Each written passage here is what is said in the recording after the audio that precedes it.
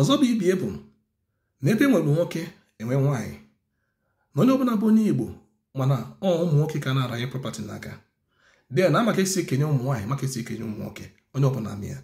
otiga ka Igbo kebere ife mana onwe ka ọ dị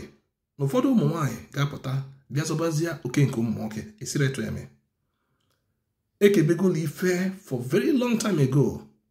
and nwere our women in the olden days in the years ago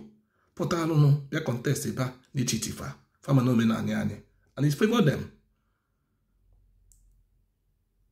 Ọ bụrụ ife anyị ga-abịa kọba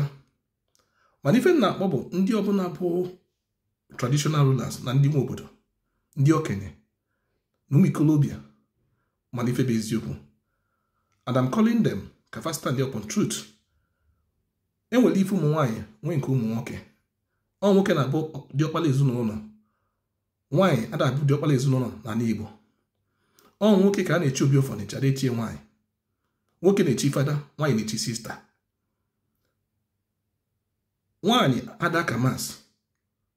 nwaanyị adaka mas na Catholic Church ọ ndị fada na-aka mas na Catholic Church nwaanyị adabụ pope nwaanyị adabụ pope ọ maka ndị na-ekwu Chukwu kekwelu nwaanyị ke nwoke kenye ụmụ nwaanyị ife nkefa kenye ụmụ nwoke ife nkefa so n'oge ụfọdụ ụmụ nwaanyị bịa na contest n'ife nwoke femere ọfụma na fa na-achụ okwu anyị ka nsị ka ngwa unu so ụmụ nwaanyị ụnụ mara ife nke unu ebe na ife ụmụ nwaanyị ka ụmụ nwoke mebe nkefa then ka ejikozie ife jikọrọ nwoke na nwaanyị ka na-adị na mma ka obodo wee na-aga ọ ndị Igbo ka nna gwa okwu a daalụnụ.